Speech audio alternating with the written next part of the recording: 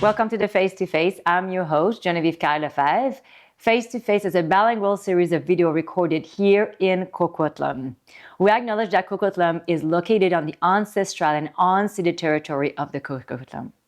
We thank the Coquitlam people who continue to live on these lands and care for them along of the waters and all that is above and below. Today on the Face to Face, I am welcoming Jessica Fowlis.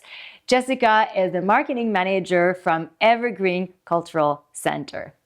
Hi, Jessica. Thank you so much for having me today. I'm so happy to be with you. Today, we're going to be talking about the Evergreen Cultural Centre, and a lot of people, I think, know about it, but maybe doesn't know exactly all the details. So let's put some light, let's shine some lights on everything the Cultural Centre is doing. So first of all, you guys are located like central Coquitlam, right next to Lafarge SkyTrain station. And I think it's probably bringing a lot of people, a lot of attraction just from being so close to transportation. That's probably a really good thing, that being so close to that area. Absolutely. Yeah. So Evergreen has been standing where we are by the lake, Lafarge Lake in Coquitlam since 1996, but they actually built the Lafarge Lake Douglas SkyTrain station on our parking lot in 2016.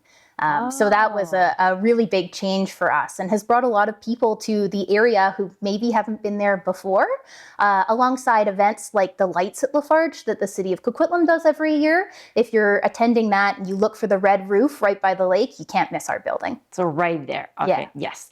And so talk to me. What's the mission? What are you guys doing? Evergreen is the premier venue in the Tri-Cities. So we do an entire season of professional performing arts events every year. We have a curated art gallery called the Art Gallery at Evergreen. And we also do a full suite of arts education programs for schools, home learners, youth, and adults at Evergreen too. Okay, fantastic. Okay, so just so we understand a little bit more, let's do a little bit of touch and feel type of thing. Let me know, can you tell me actually what you guys did in 2024? What was the activity? And then let's talk about what's planned in 2025. Oh, sure. So last year was our 2023-2024 season of events. We had some really big names, including the Arrogant Worms, Lila Bialy. We've had Harp Dog Brown come to our shows as well. Some really amazing local professional talent, as well as artists who travel from the States and abroad come to our center. Last year, we did over 50 performances in our studio theater and rehearsal hall, and we do 6 curated exhibitions in our art gallery every year. Okay, and what's those curated exhibition? Tell me a little bit more about that. What's that mean? Absolutely. So curate is a fancy art word for saying that we have someone at Evergreen who contacts artists, puts together a show based on their work and their scope of work throughout their career, puts together a show with a lot of intention, meaning, and significance behind why the art is in the gallery, and we present it for about 11 weeks at a time. We just finished our last exhibition, which was co-presented with the Burnaby Art Gallery by an artist named Ruth Beer. So we had an exhibition happen at Evergreen at the exact same time a sister exhibition was happening in Burnaby. So we've had some really interesting collaborations. We've had artists who have had work at the Vancouver Art Gallery, at the Ontario Art Gallery, TPW. We've had so many amazing visual artists from all different mediums come to our gallery, and our curatorial team does an amazing job at bringing them out. Mm-hmm. The people you mentioned earlier, what kind of performance are we looking? Theater, singing, what's happening? Yeah, in our studio theater, we have, like I said, over 50 events every year. And that does mean there's live theater, there's live music concerts of different genres. We do a matinee coffee concert called Musical Matinees with the Bergman Piano Duo, an award-winning duo who play as a duet on grand piano and bring in guests to our center. We do rehearsal hall sessions, which are new. We're doing so much that we actually didn't have enough space for all of the amazing artists we wanted to bring in. And we've started moving some of our events into our rehearsal hall. It's on the other side of our building from the studio theater, which is our biggest space for performances. And this allows us to bring in more emerging or artists that are near the beginning of their career to give them more insight into what it's like to come to a professional venue, get some practice with audiences, and also provide Coquitlam and residents in the Tri-Cities with more opportunities than just your standard come sit in the theater kind of vibe. Mm-hmm. The rehearsal hall sessions are all done in cabaret, so you sit around group tables. We have a pop-up bar in the back. The musicians or the artists are right there. So it's a very intimate and like kind of exciting place to be. And it's not very usual. It feels more like you were sitting in like a close-knit bar or some kind of like jazz club instead of sitting in like a big 500-seat theater. Okay. And how many people you said then people can sit at that? We can only put in 75 people at a time for that, and we have 215 seats for our up to 257 if it's so popular. We put the pit in, and that's our main studio space. Mm-hmm. So what I'm hearing, it's bringing culture, it's bringing art to the Tri-Cities, and we all know, right? It's so important for us, for like our mental health, for like connecting with people, going through events. And I even assisted to quite a few events actually at the Evergreen Cultural Centre. Oh, so yes, so I think it's a very lovely venue. Where do we buy those tickets? Tickets are available at our box office, which is open Monday through Saturday, 12 to 5. You can purchase them online on our website as well. We've really modernized our event experience in the last couple of years. You can get e-tickets now. You can pay by phone. You can use credit and debit at our bar and concession. And we've also actually just gone through some renovations at our building. And we're really excited to present a brand new bar to our patrons this year. Oh, that's awesome. Yeah. Okay.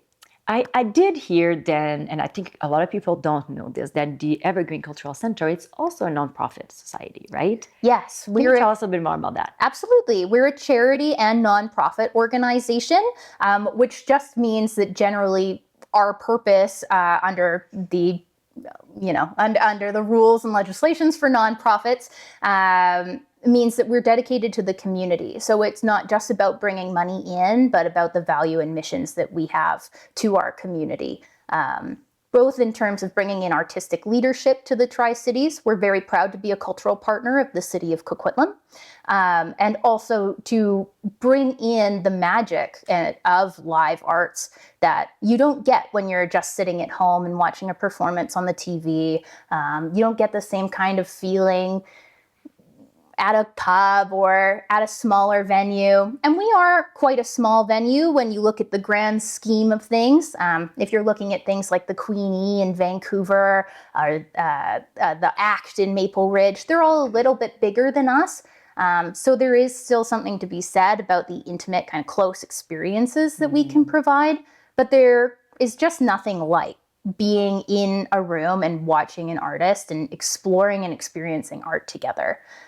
That's a really important part of what we do and why we provide options both in performing arts and actually in-person experiences with families, getting to work with materials and work with educators, and why we have our art gallery as well, so that we can show the full gambit of what's available in BC. Mm-hmm.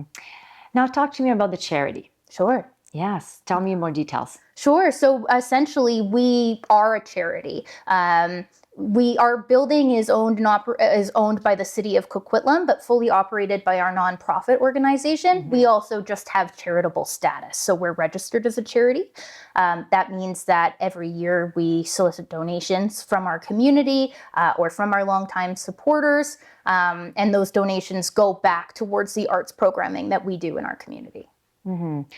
Are you in need of volunteer? Oh, yeah. Well, I mean, we could always use volunteers. I don't think we could do as many programs and shows as we do without the support of our volunteers.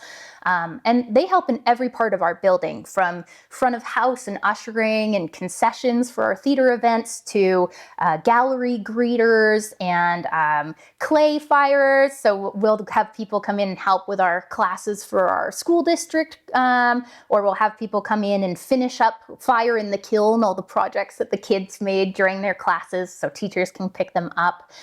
We also do a full series of spring and summer arts camps, and we have student volunteers generally from the local schools come in, get some work experience and help us out too. And we love our volunteers. We're always looking for people who love the arts and want to be involved with us. That's excellent. So now talk to me a little bit more about what's the vision for the Evergreen Cultural Centre? The vision is an interesting idea. We have a full strategic plan and strategic initiatives that are brought to us by our board of directors and our executive director. And right now, we are really thinking about the future of audiences, especially in this post-pandemic landscape that we're in. You know, the idea that the pandemic is over, there are no more regulations towards it at the very least.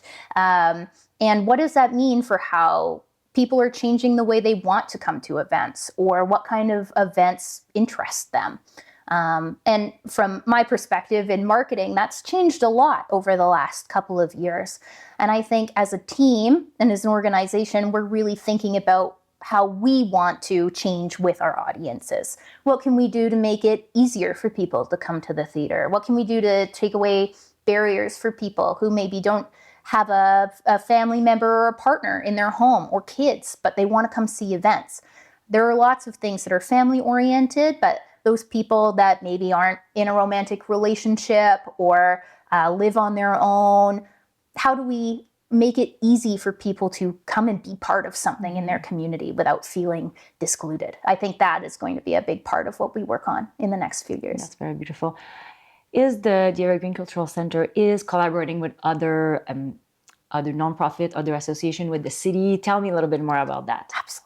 Yeah. So as a cultural partner for the city of Coquitlam, we love being involved in everybody else's stuff. You can often find us at the City of Coquitlam Canada Day Festival. We'd go to Kaleidoscope in the past. We've had a table at Festival de Bois before. And we try to stay as involved with those events as possible, just so that we can help support other community gatherings and tell people about more opportunities to get together. Those are really important to us. We also do a series of, not a series, but we do events with the Coquitlam Public Library as well. We'll be hosting a cocktail reception for the Tri-City Writers Festival later this spring. We are very, very happy to be hosting the third Coquitlam Pride Festival again in July at Evergreen. We've been the host venue for that since Pride started in Coquitlam about 3 years ago now. And we're happy to continue to be a space that our community can come and put on the events they want to as well. Okay, tell me a little bit more about it. What is that? The Writers, like you said, the Writers Festival. How do we become a writer? How does that work? Is it someone you have to have written a book to be part of it? Tell me a little bit more. Well, you'll have to talk to the Coquitlam Public Library. Oh, okay, that's on collaboration for sure. Okay. But we're very lucky that they will be hosting some of their events at our venue. So the Writers Festival, I don't have the dates for you because it's not my event. But it's an opportunity for the library, of course, to bring in writers, to have workshops, to connect local artists as well who work in writing, and to come together to discuss those books and topics and ideas with other artists and other writers in the community. So I don't have the date off the top of my head, but you can always look at it on our website. We host all of our public rentals on our website calendar as well. Okay. And now you touched on the Pride one. Is there anything else planned for 2025? In terms of public activities, or what else is coming? Oh my gosh. Tell us what's happening. I think we're mid-February right now. Yes. I think I have 4 to 6 more events this month alone. So maybe I'll give you a few highlights of things that are coming up. This month, at the end of the month on the 23rd of February, we're very excited to welcome Shane Koizan, who's a spoken word artist who performed at the 2010 Olympic ceremonies. Musician? Spoken word artist. Spoken word, okay. Mm-hmm. Yeah, and he is coming to do a performance at Evergreen. It's so popular. We had to put in the pit seats for that show. There might be 10 tickets left at this point. Oh. Yeah, he's amazing. He's so amazing. He's all over. You have to go check him out. I'm thinking like I may have to get on my computer. He's amazing. And then, of course, for spring break, we have 3 weeks of spring break camps that are almost, I think there's 2 spots left in all of our camps right now. It's great to see that the community is coming out and joining us. What do the kids do during spring break?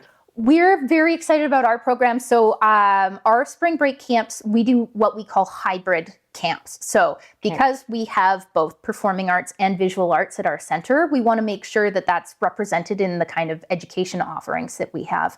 So for our hybrid full day camps, they'll spend the morning getting creative, making characters, creating their own scripts, writing a play. And in the afternoon, they'll do art activities, so a bit quieter for the end of the day, thinking about art, making pieces, props, and sets for their show if they want to, or connecting ideas in the gallery with some of the work that they're doing in camp.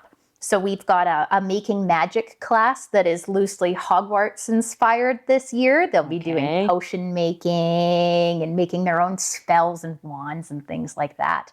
We have an opposites camp that really talks about the difference between being quiet and loud, big movements and small movements, how you show that in choreography, how could you show that in a characterization, and then also, again, how do you see that in visual art? So color differences, color theory, different mediums that are opposites but can attract.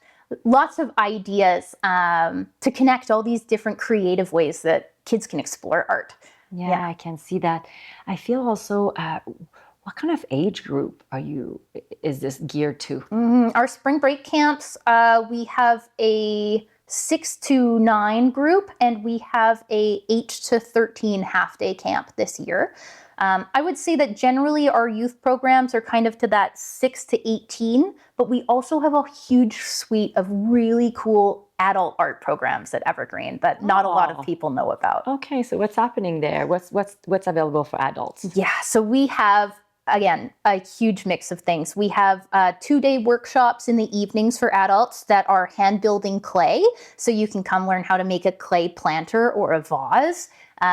We are doing voiceover acting with an amazing instructor named Pamela. She comes in, you learn how to put together a vocal demo, how to do characterization with your voice, what kind of equipment you would need to make your own home studio and get started as a voice actor. We've done improv acting and mime workshops for adults. And at the end of the month, we're starting, we have life drawing as well in our studios for adults, 18 plus. And we also have a art history happy hour that we're starting this month at the art gallery. Wow. Okay. So, and we can find all this again on the website. Can you tell me the website? Yes, evergreenculturalcentre.ca. And if you're on there, we have an entertain, exhibit, and educate section. So you can find performing arts, visual arts, and exhibitions, and everything education that we do. Okay. So did we touch on everything in 2024? Because I kept interrupting you, asking more questions. So. Yeah, 24 was busy. We had tons of rental events. We had lots of community festivals. And yeah, our new season that we're in right now is only about halfway done. It runs until June. Our final event of the season is Dancy. Let me tell you this one because it's very cool, actually. Venez Dancy, which is a Métis dance group that's coming in for National Indigenous Peoples Month. That's amazing. Yeah. Okay. And then again, we can just go to the website. So now talk to me about what's the hope for the Evergreen Cultural Centre? I think our hope is to help make it easy for people to come and just enjoy time together. Whether it's a show or a free visit to our gallery, or you're sitting with a friend learning how to build clay, maybe you're just looking at the outdoor art exhibitions we have on our building. But our real goal is to bring the community together and to help people find things that inspire them. Especially right now with more media than ever in terms of social media and finding content online. There's a lot of noise, and sometimes it can be so nice. You might feel the same way working in media as I do, but sometimes the last thing I want to do is look at a screen. And being able to come and be in person and feel the same way or enjoy the same kind of shock or excitement as a group of people and have an experience can make a huge difference in how I feel and how I feel about my community. So I think just maintaining that connection, letting people know that we're here, that when you're here for your walk around the lights at Lafarge or you're visiting Town Center Park, you're there for a community festival, that red roof is right there. And we've definitely got something fun going on. Excellent. Did you mention that the art exhibitions are free? Yes. Yeah. Oh, wow. Our gallery is always free to attend. It's open Wednesday through Sunday. Okay. And we just walk in from the front door and we can just go and visit. And absolutely. So I know you mentioned who's the people that are chosen to do those galleries. Do you ever have like community galleries? People get together, bring their art, or how is that chosen? We don't do community shows at our organization because our focus is on professional experiences and professional artists. Not to say that local artists or community art isn't worthwhile, but there are some other amazing companies like Plastay Arts that do that work already in our community. For us, there are so many small experiences like that. Having those paid experiences for artists, not in terms of the community paying, but that the artists are paid and there are these professional kind of contracts and protections in place, just really helps build up and support our arts community. So that's definitely more the focus for us. Okay, Jessica, do you have any family-specific activities at Evergreen Cultural Centre? Yes. So of course, we have our free public gallery. That's absolutely open for families to come in.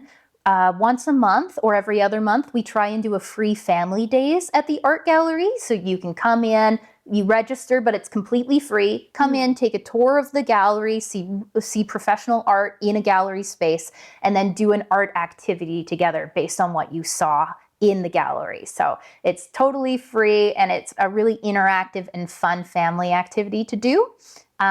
We also offer a series of family-specific shows as part of our annual season of events in the theater. Those tickets are just $12, pay more if you can, per person, to help as many young families and new families in the area come and experience the arts together as possible. Okay, so the shows, I'm hearing, a little bit geared towards little ones. In that series In that series. Yes. Can you give me a couple examples? Yes. So I won't say the latest one because it will be past by the time this is up. But in March, we have a show called Oto-san coming. Oto-san is father in Japanese, and it's this absolutely beautiful puppet show by the Little Onion Puppet Company. And it's about a Japanese-Canadian family. It's a little girl who goes on a camping trip with her dad. You can just imagine these big backgrounds with beautiful skies in the Canadian wilderness and these two little puppets as they go on an adventure together. The stories are so beautiful and very professionally done, but they are made specifically to be family friendly and made for children. So it's a really exciting opportunity to get kids involved in the arts. Excellent. And now, I know we often talk about season or different theme. I know there's Christmas also. So are you guys sometimes just gearing up like to thinking like we're going to group certain activities together accordingly to different theme, or how's that work? Yeah, we have so many events happen. Like this year, I think I have 56 total events happening, and some of those run for 6 days in a row. So it's easiest for us to separate them kind of by performance type. We have theater and music. We have our musical matinees. We have variety, which is all the performances that don't really fit. So dance and comedy. And we had a really weird puppet show this year that sold out. It was amazing. Weird and amazing. Weird and amazing. I like it. Yeah. And we also have our rehearsal hall sessions, which are all the cool shows that happen in the rehearsal hall instead of the theater. and our family series as well. So there's a little bit of something for everyone. It's easy to find those events by looking through the different categories. But there's simply so much going on. It would be hard to tell you everything, but it's worth checking out for sure. Absolutely.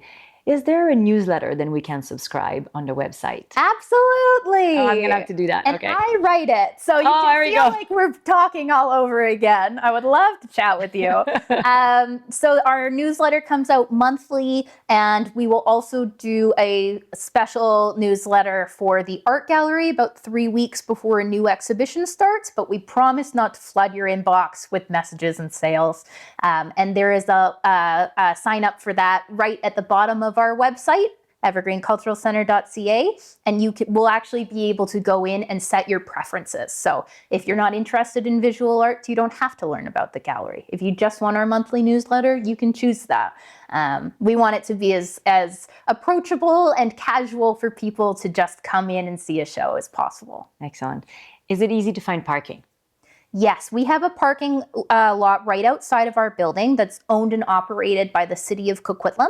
We share it with the new Town Centre Park Community Centre that opened this fall.